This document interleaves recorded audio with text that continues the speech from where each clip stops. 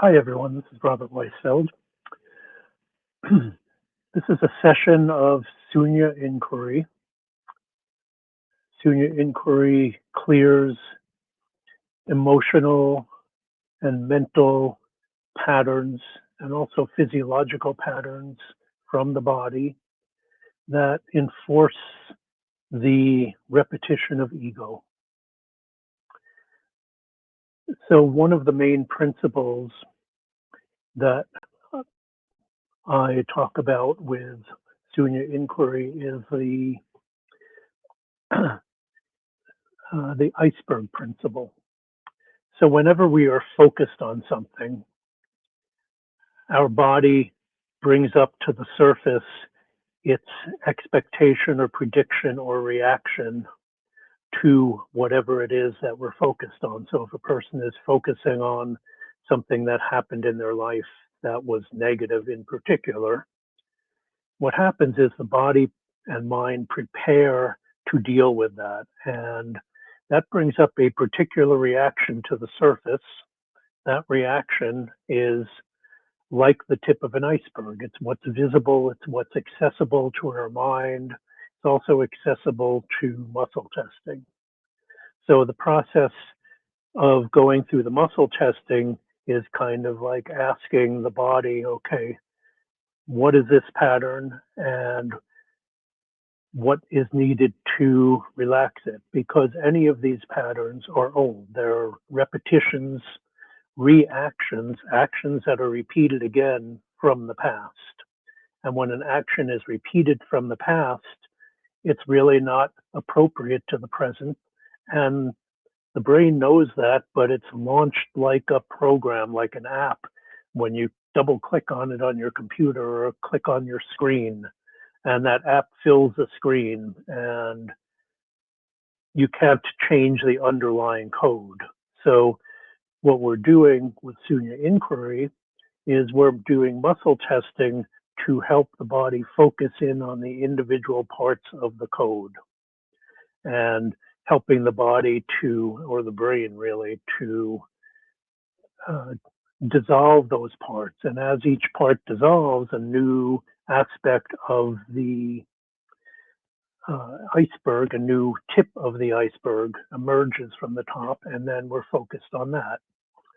So this session is being done with a woman who I've known for a while. She's a house cleaner and painter that I have employed a number of times over the years. And her mother has just died. She's a woman who has never done any kind of inner work. She doesn't have a spiritual practice. She has some basis in Catholicism, as you'll hear, but I don't think it is part of her daily life. Her name is Lynette, and her mother has just died, and she's going through the grief of uh, having just done a memorial service for her mother. So I might interrupt some as we're going through this to describe what is going on in the process.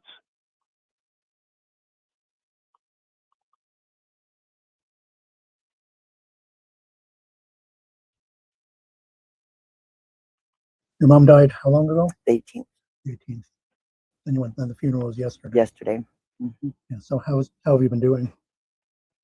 I don't know. I can't remember a whole lot of stuff that's been going on. I've been keeping busy with my older sister. We did all the arrangements. Of course, my mom had it all paid for and laid out what she wanted to the songs, all the way to the songs in the mass. But we made sure everything fell the way that she wanted to. And so it kept me busy. But I stayed at her house for the first 5 days that I was here, slept in her bed. That was hard. Not the sleeping part, but the waking up part, and remembering that it's not a nightmare, that she's really gone. And so at this moment, sitting down and kind of being asked to focus on it, what's the feeling that you have right now? Focus is the good word, I guess, because I've been trying not to. Yeah, right. And I've been concentrating on just wanting to go back to Oklahoma because I don't have to think about it 24 hours, 7 days a week, Yeah. And I don't know if that'll help or not, but it seems right now like it will. Yeah. So what's the feeling that you have right now when you focus, when you think of your mother? like there's a big hole right here. Yeah. And you know, I talk to my mom almost every day, at least text her, and we both have great love for music, and I would introduce her to something new. She would introduce me to something new. She loved Reba McEntire. And so she'd be like, look at the new Reba song. Have you seen her on The Voice? You know, but we would text back and forth every day. And over the last 10 days, I found myself trying to pick up the phone to text her. And I just don't know when things go right in my life, when things go wrong in my life. She's always there. And so it's just hard to think about what I'm going to do without her ever, you know, in any situation.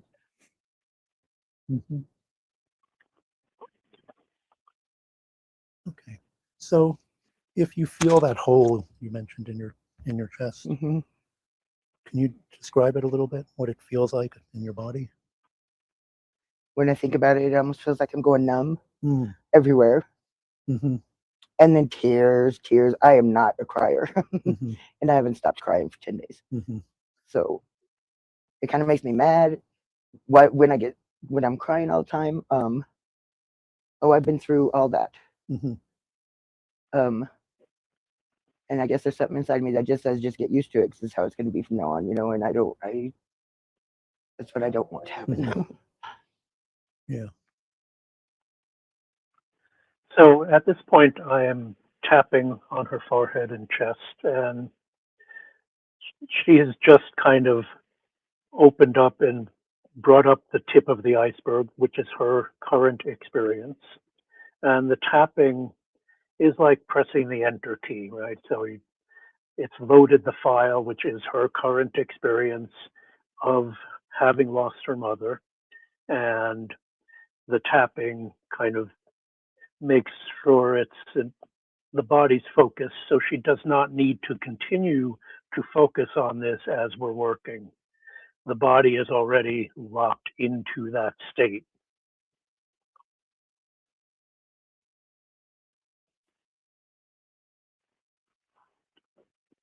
Things are going to come up. I'm not going to know why they're coming up, and maybe as we go through them, it'll come clear, and maybe not. We won't know, but hopefully it will begin to let you relax a little bit.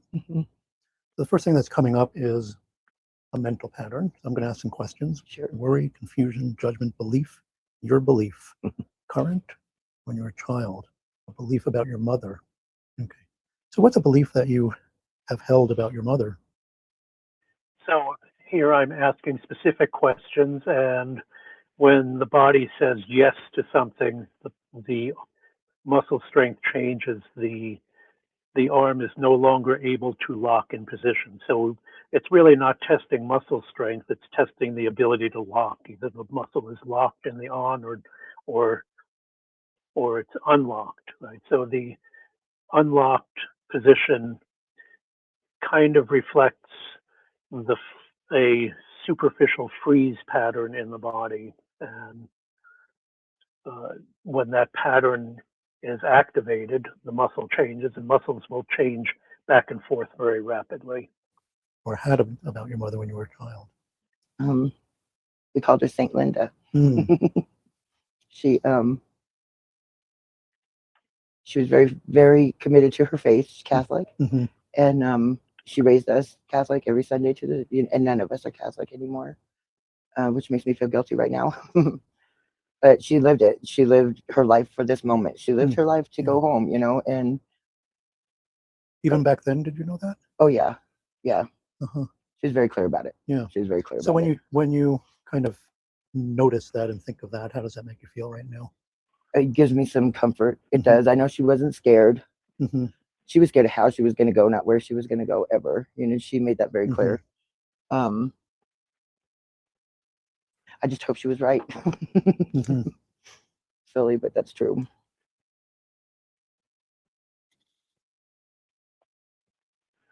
So in this process, you'll see me using that instrument several times. It's called an arthrostim, and it's a way of doing a kind of bony adjustment on the body.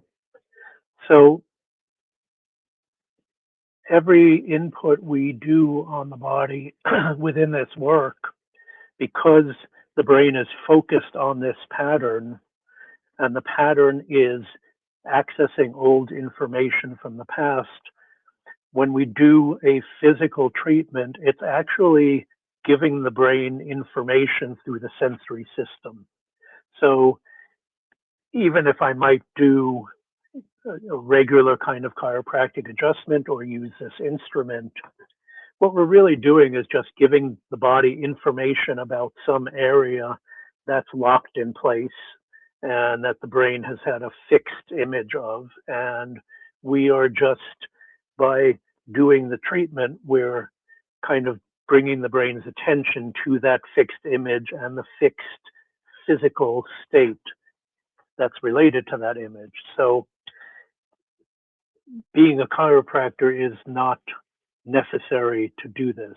You could do the same thing just by tapping on the area or massaging the area that the brain has indicated through muscle testing that needs to be released.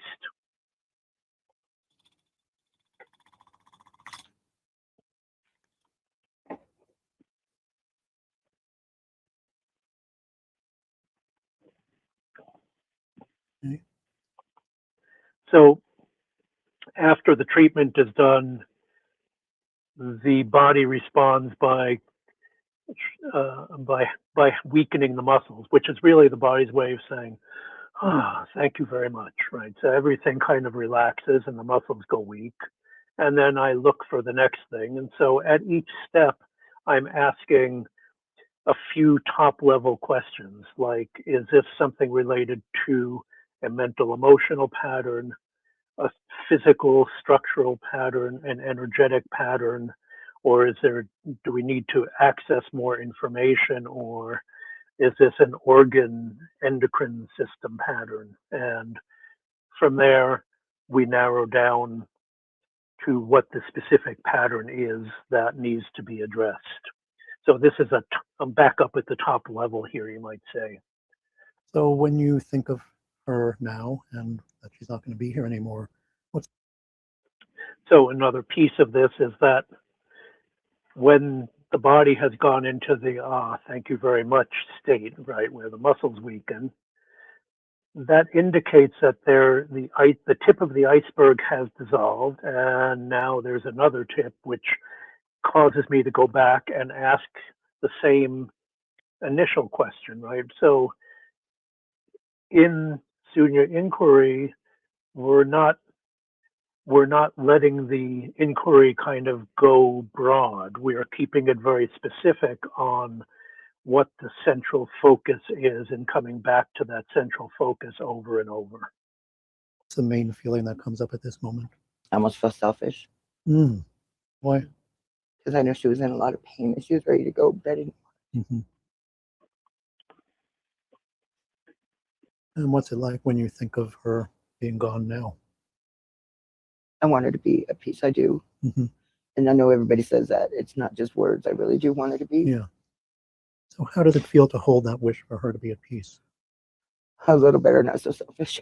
Mm-hmm. So this has just identified the next layer of the iceberg that is now the tip.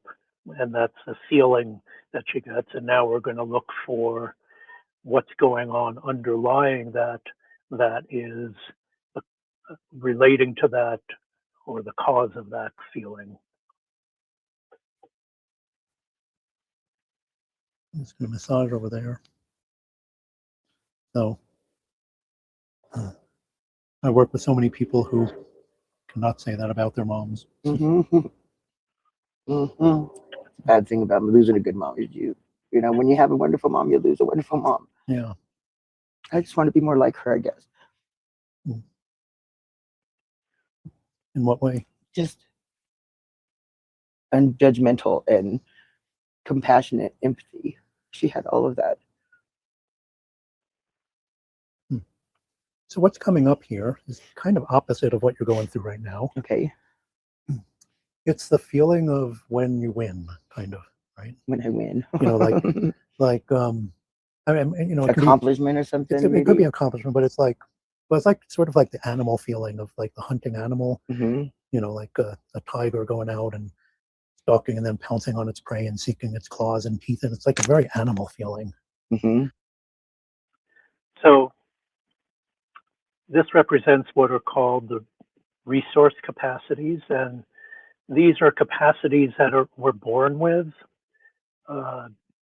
Every animal is born with capacities to interact with the world around it, the physical world, others of its own species and other species. And when a person goes through trauma or stress that they can't completely overcome, one or more of these capacities has failed to do its job. And from then on, in similar times when the brain is accessing a past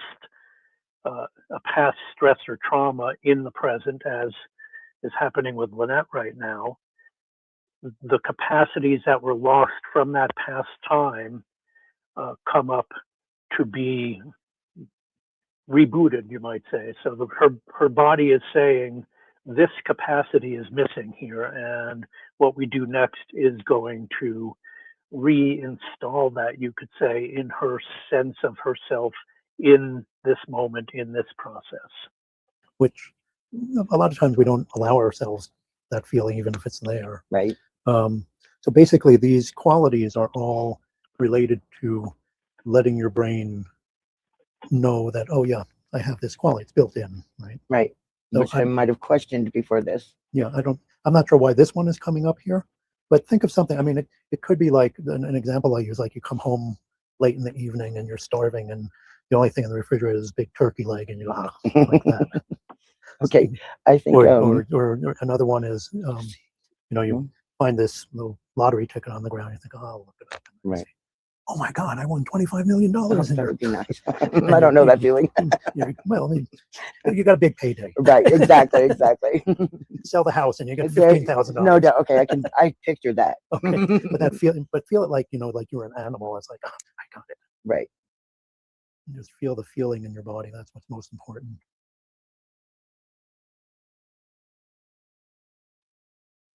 Okay, so think of your mother again, and that she's not going to be here anymore. So this is a new tip of the iceberg, right? So all that was needed in the last tip was to come up with this feeling of being the winning animal. What's your experience right now? I think over especially last week, I had to find something inside of me that was stronger than everything I had, and maybe I will be okay. And that's where my guilt comes from. So why are you feeling guilt right now? I don't know. I just, of course, I've never lost my mom before, and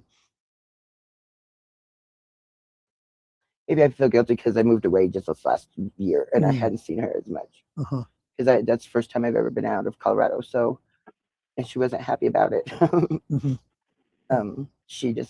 The last thing she said to me, the last words before she was on her deathbed, on a phone call we had when I was in Oklahoma, she said, "Just hurry up and come home." But I got here before she died, so that's good. Yeah.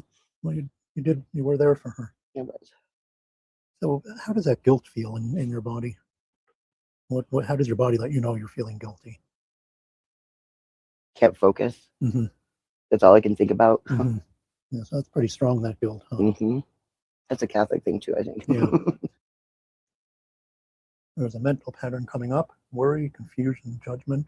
Your judgment of yourself, someone's judgment of you. Your mother's judgment, your father's judgment of you. So how is your father? So again, I'm asking questions here to narrow down what was a general thing, which was a mental pattern, and that mental pattern was someone's judgment of Lynette. And so now we can ask about the next question: who was judgmental of you? Father judgmental of you. We've never had a good relationship. I mean, there were 6 of us in our family, and I'd walk in the room and everybody would leave. It was not real good. Everybody would leave because we fought. Oh, And we would either, he's a funny guy, he used to be funny anyway, and so our sense of humor was a lot alike. And So either we were joking around and making the world laugh, or we were fighting and scaring everybody. There was no in between with us. And how was he judgmental towards you? I was never like my sister. My older sister could do no wrong, you know. So you're never good enough? Never.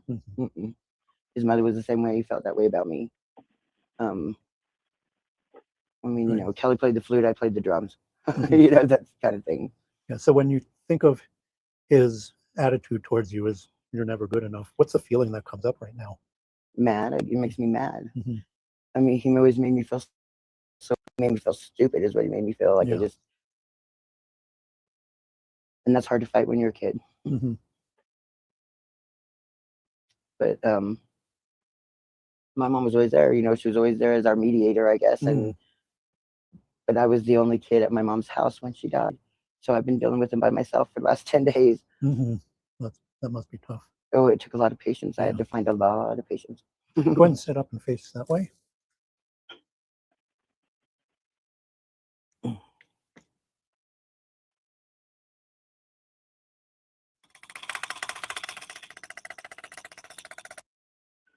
So here I'm using the instrument, the arthrostim again. So might notice that guilt here is superego, broader term, is treated just like anything else, as is shame. And in this case, we're not having to go deeply into investigating it and seeing all her reactions. What has come up instead of that, and sometimes we do need to do that and go a little deeper into something and go a little deeper into the childhood experience. But in this case, the pattern is related to what is locked in her physical body, in her spine. And so we're doing that particular treatment here. Really what your body seems to want to be doing today is to be digesting a lot of things that have just sort of been there for a long time. Yeah, a very long time. So when you think about the guilt that you have about not being around the last year, what comes up right now? I try to ease it with, the thought of, we came back a little early to see her choir concert in April or May. And she was surprised that I had come back and seen that. It was very important to her. And on her birthday in December, we came back 3 days early before Christmas when we were expected for her birthday when she turned 80. So I try to ease it with that, but still I just feel like I should have done more. My older sister had just done a lot with her the last couple of years, and I feel like I should have done more. It's pointing back, reminding your brain of an earlier time. Conception to 10, conception to 5, 6, 7, 8, age 7, something that affected you physically, mentally, emotionally. So if you think about age 7, anything come to mind? At 7 is when, it had never been mentioned before, but is when I found out that my aunt, that I look incredibly a lot alike, died when she was 8, and I was right around that age. And it was crazy. I was reading a book in my grandmother's room, and it was one of those Reader's Digest. I have all those short stories. I mean, I was 7, and I can remember the story. It was called A Rainbow for Bridget, and it was about a little girl that had died, about 7 or 8. And I flipped the page, and I see a picture of me on a bike, and I see a picture of me on a swing, and then I saw a picture of me. You? It wasn't me. Right, I thought it was. Then I was laying in a casket, and I freaked out. Wow. I freaked out. That's when my dad and my grandparents told me about her, Sandy. And so Sandy had died when she was 8. When she was 8. And I was about to turn 8. It was the summer I was turning 8. Wow. What do you think that was going on there? Well, I think my grandmother never healed from that, and she didn't care much for me because I wasn't anything like her. I looked like her, but I wasn't anything like her. She didn't care for me at all. She made it very well known. But I think that's when I started to feel like I just was not good enough, was not, that was when that feeling started. I see. Somehow that feeling from then is being brought forward into the present. Sure, I never dealt with it. Can you kind of sense how that might be? I don't know. I just, maybe because I never found my own self-worth, or I never thought I had any value, whatever, because that's kind of how I was treated by them. By your grandmother and your father. I think not as much my dad, but maybe that's why he felt the way he felt about me. So, because he was 10 when she died. So yeah. So how did you gain your value around your mother? she never verbalized like my grandmother did or whatever. But she always reinforced that, that she valued me and that I was important to her. It's just easier to hear the bad things than it is the good things. Yeah, well, that's kind of the way the brain works. I know, isn't that crazy? I mean, the things that are good, it's like, oh, that's okay. The things that are bad, it's like, oh, I better remember this because I might need this later. It plays over and over and over in your head. Right.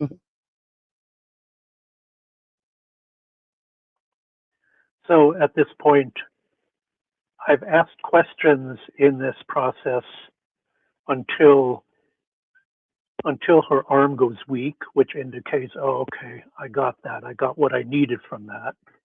And again, sometimes we need to go deeper into something with a person, but in this case, that was what was needed. So we're not kind of going down these individual pathways. That certainly in the future would be well worth doing if she were doing more work. But in this particular case, we're looking at this, what is needed for her to feel okay in this moment around her mother's death. Really, that's the question that is implicit in this process. So when you think about that time reading that book at this moment, what's the feeling that comes up for you? Well, over the last years, I mean, my first son died, so I started to understand my grandma. I understood the bitterness. I couldn't imagine if my son was 8 and died. He was only 8 hours old when he died. But I started to understand. I never forgave her, I don't think, but I started to understand why she felt that way. And I haven't fought with my dad for a long time, really bad fighting, We haven't had a good relationship, but not the real bad fights like we've had. So I think that somewhere in there, I came to peace with that, or I just, kind of just, I wasn't angry with her anymore, I kind of felt sorry for her, really. And so when you felt the compassion or a little bit, or, maybe not forgiveness quite, but when you understood that, did that make you feel better about yourself at all? Yes. Yeah, it did. But it didn't fix it. It didn't fix everything she had done. Yeah. So this is the feeling of anticipating something good. So think of something, I mean, it can be like you're really hungry and you're, favorite restaurant and food's about to be served, or you have to get to go home and relax. And I think that's what that is. But I also kind of, I feel better about myself after all of this because I did have the patience with my dad, and I was the one that helped him get through this. Yeah. Which is crazy if you ask anybody, because it would be, they would never say it was going to be me. Yeah. But it was. And he blew up at me and he would scream about stuff, and I would just be like, okay, I get it. It's fine. I know that's not at me. Or would you just not yell at me? I don't have that answer. Or and so we kind of have a different understanding after this. Yeah. Like he slammed the back door one day. He was locked out of his house. My nephew locked him out of the house. Slammed the back door, and he says, I wish people would just effing leave me alone. And I grabbed the back door and I slammed it right after him. And I'm like, fine, I'll leave it F alone. And he just laughed. I said, so do you want me to go get you a beer? And he said, yep. It just, that's the kind of relationship that we have now. And it's developed over the last few years. But I think this has put a lot of our anger towards each other at rest. He knows I'm the one that knows him the best. Good and bad. Yeah. So think about the guilt about not being around over the last year for your mother, and what's that feel? So in this case, because the guilt was there, it's kind of reoriented towards that a little bit. So we are digging down a little bit into that feeling of guilt that was surrounding her mother's death. Feel like now? I mean, I did everything I could. I did everything I could to be here. And I was hoping she would understand why I moved away. I moved away from my grandkids. And she has 7 grandkids, so she knows. Yeah. But they always were all here. And she was starting to understand that because my older sister did the same thing. She was not real happy with either of us about it. But I think she understood she couldn't have done it without her grandkids around her. So It seems like it makes me feel a little better. you're understanding yourself and the relationship And a where little these bit feelings are differently. coming from. Yeah. Mhm. Thank you.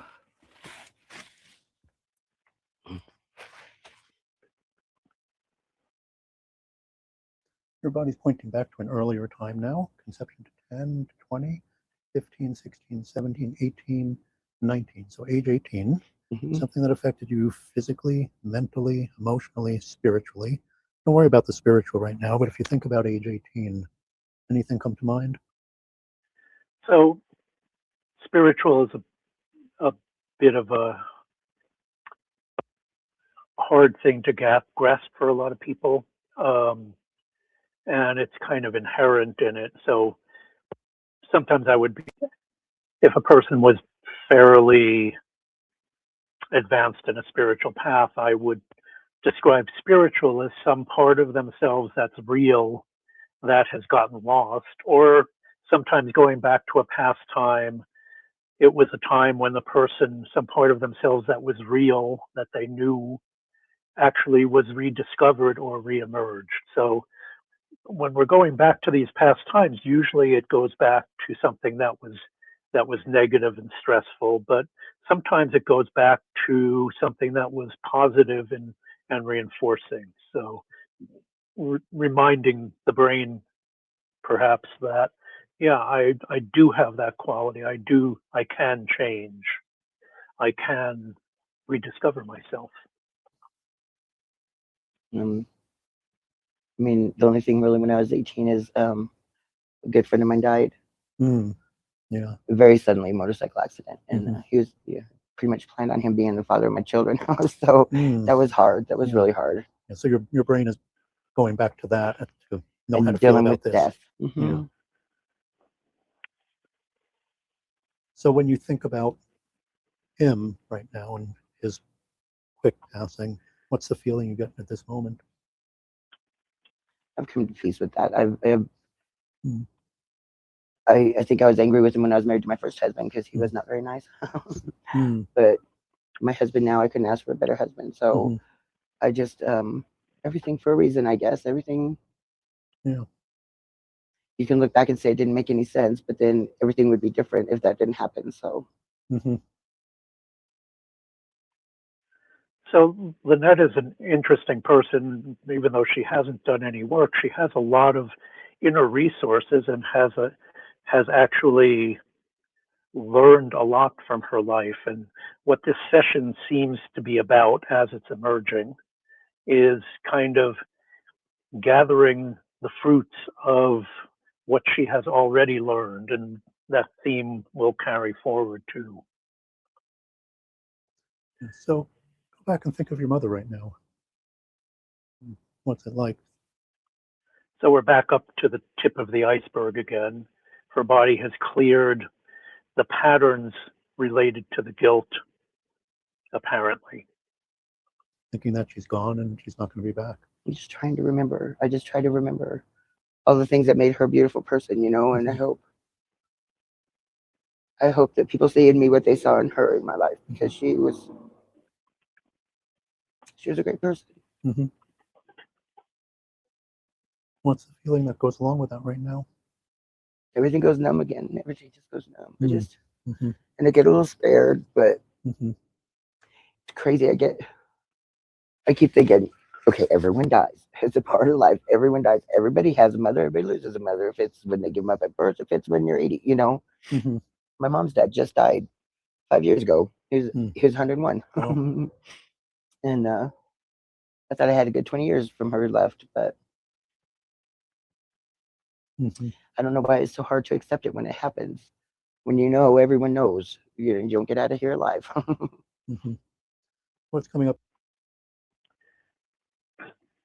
So the numbness, obviously, I guess, reflects some kind of defense mechanism that is coming up in this moment. And, we're not focusing on that. We're kind of saying, okay, what is essentially the question here is, what is going to be taking the body out of that defense, the brain out of that defense mechanism?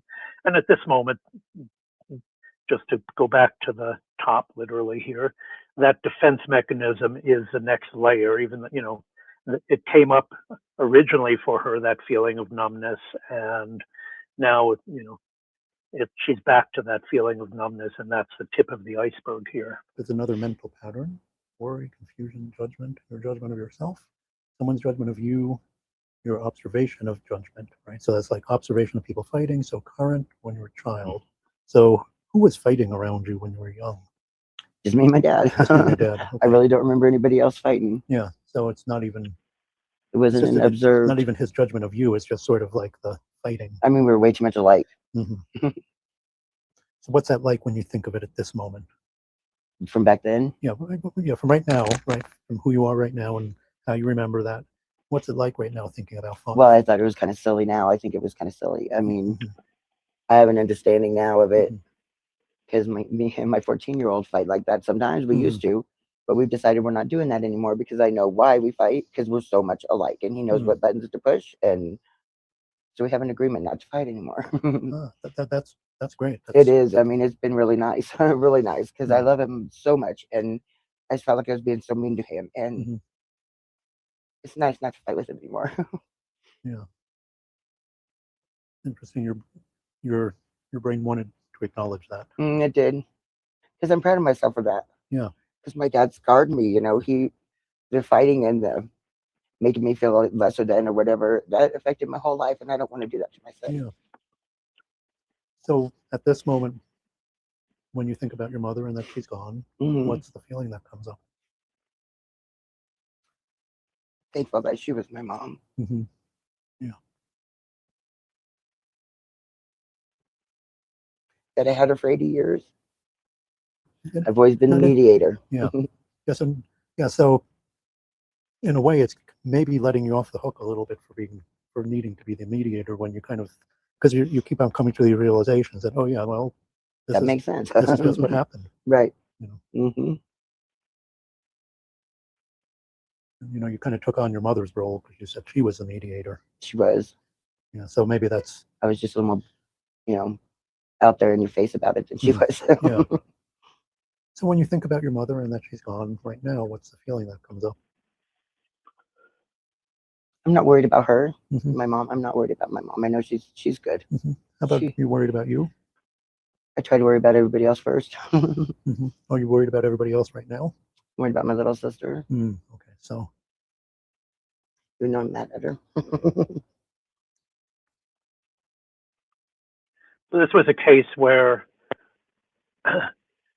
the inquiry kind of took a little bit of a turn to her worry about her sister based on what she said. In previous times when we've been using the muscle testing to get to places, the muscle testing drew us to specific times and incidents or beliefs. But this time it came up for her consciously, and it's the same pattern and process. It's just a different way of accessing it. It's kind of, all these pieces seem like they're kind of making sense, you know, from my perspective here. They are. You know, it's like you're the mediator. You think of everybody else first. You know, you felt shame and guilty for, you know, wanting your mother to stay around because that would put you first, and that was wrong. Yeah, I felt like it was. I put wrong in quotes. I know there. you did. Yeah, so it's like kind of having to, you know, kind of work through your father and your brother, and you know, just sort of allowing your family to be what's there, what they are, and I don't have to fix it. Mm-hmm.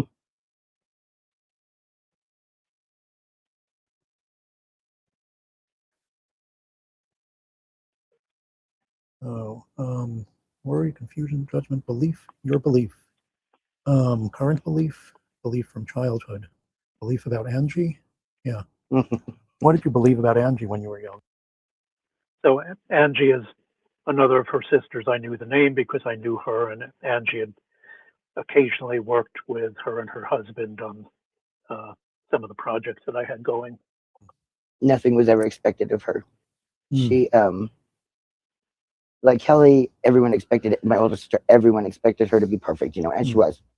And I did everything I could to be the absolute opposite of her, and probably for attention or whatever.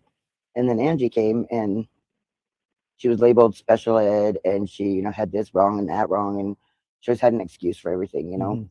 So, I mean, she was pregnant at 14. She was, yeah, she was just, and there were never any consequences for her. But then I got to know her as we got older, and you know, she's funny and but still very self-centered. She's very self-centered. She worries about no one but herself, which makes me mad because I don't think that's a characteristic that we were taught. She was the youngest in the family, though. My brother's the youngest, but she's the youngest girl. Right. And that sounds like there were different expectations of girls and boys. Yeah, there were no expectations of Angie. She'd do whatever, and they'd make an excuse for her. Right. So, and then she just picked that up and ran with it. Yeah. So, when you think about that right now, what's that like? You know, that dynamic. Well, it makes me mad because I know that she can. I know she can do things, and I know that she can be. She just doesn't because it's not. It's easier not to.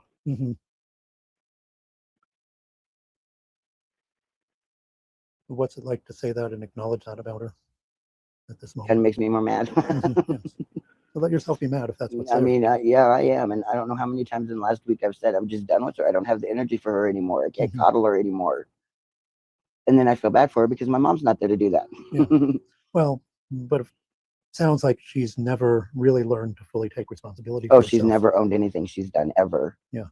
And that's one thing. I might have messed some stuff up, but I've always owned it, you know, and I've always been willing to pay for it. Angie, no. So that's pointing back to an earlier time, 10, 20 to 30, 25, 6, 7, 8, 9, 30. So 29, something that affected you physically, mentally. Worry, confusion, judgment, belief, yours, someone else's. So who was in your life when you were 29? I was married to my first husband, well, my second husband, So, the father of my older two kids. So that's when I got pregnant with Alex. I had him when I was 30, and I had just lost my first son. Right. So your husband's belief. So what did he believe? I mean, people don't necessarily walk around with a big sign saying, I believe this. I believe I. So I'm, in all of these details that we're bringing forth, I'm testing and seeing, okay, which of the things that she's saying is resonating. And then I actually I'm really asking her body there more than her in a sense, but I'm saying your husband's belief, and that changed the muscle strength. And so that was the direction to go there. I am the only person that matters in the world. Yeah. Yeah. And when you think of that right now, what's your response? I'm glad I ever figured that out and I didn't settle there. Yeah. Because I could very well still be there, and I'm glad I'm not. Yeah, so it sounds like you've done a lot of things right in your life, right? You know, however you stumbled or did this or that. It sounds like you've taken things and actually taken lessons and learned them and moved on and matured. Yeah, if I didn't recognize it then, but definitely looking back, I would never take that from anyone else again. Yeah. I didn't know who I was back then. Right. So it sounds like you have a sense of who you are now. Yeah, I definitely do. And I think that's because my husband allows me to be who I am. I open my mouth and I say what I think. I don't have to filter myself with him. And so, yeah, I've discovered who I am over the last 15 years. Yeah. So at this moment, when you think of your mother and going forward without her, what's the feeling? I just want her to be remembered. I know my kids are old enough to remember her. I want to remember everything about her. I want my grandkids to know about her. So I want to make sure that somehow she lives on in all of us. You know, she was just such a good person. Yeah. Seems like you're feeling a lot of gratitude right now. I do. Because if I had to pick a mom when I was born, I'd have picked her. Maybe you did. I hope I did. That'd have been the best choice I ever made. How do you feel about yourself and your capacity to move forward right now? I think I proved a lot to myself over the last week. just getting arrangements done, and I was so sure and solid in every decision that we made, from the flowers to the, to the urn to everything, and I was 100% confident that that's what my mom would want, which makes me feel good because I know I knew her. Yeah. And I'll be okay. And I just wish I was sure, like she was, of what happens when you die, because then I'd know I'd see her again. I'm not confident in that. So how does that feel to have that confidence in yourself right now? It's different than I've ever felt any before, ever. Yeah. What does it feel like? How do you It know feels that? like that, what you were just talking about, that winning thing, I came in here, and I came home, and I didn't know what to expect. I didn't know what was expected of me. And everything I did, with people, without people, for people, whatever, was the right thing to do. So it made me really have a lot more confidence in myself, that so there's unknown things I would accomplish in my life, that I'll be okay. How is it to say that and know that? I don't think I've ever felt like that before. Yeah. So now I'm just sad that I can't share it with her. Well, maybe she's sharing it. Maybe she put that in there. Well, in some way, but you took what she gave you and you've developed it, and kind of piece by piece, without even really knowing that Without knowing it. It sounds like you're, in a sense, carrying on some of the better parts of her legacy. Kind of like, what would Linda do? Yeah, but you don't have to ask yourself that. You have that knowledge. It's in me. It is. You're right. You don't have to ask what would Linda do. No, I guess she put more in me than I thought. Well, or you have more in you than you thought. That too, yes. Because it hasn't all come from her, I don't think. Life, huh? Yeah.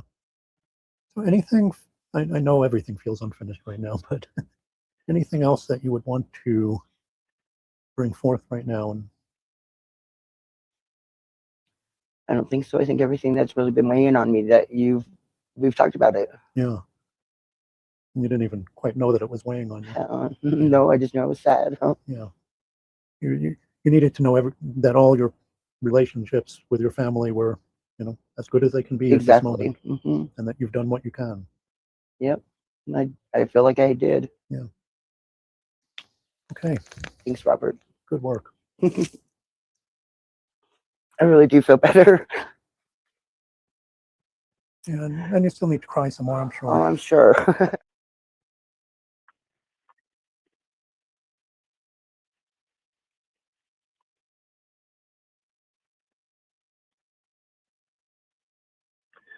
So this session was a little bit atypical because Lynette really didn't need to, she actually had already gained all of the knowledge of herself and of these situations, but she had never kind of owned it and put it together. And this session was about that. A lot of sessions are much more, kind of going into past times or past struggles and actually needing to kind of revisit them a little bit more. But it seemed that she ended up in a place where she was really feeling her true nature in some way. It wasn't really strongly defined, but she was experiencing it. So thank you for watching.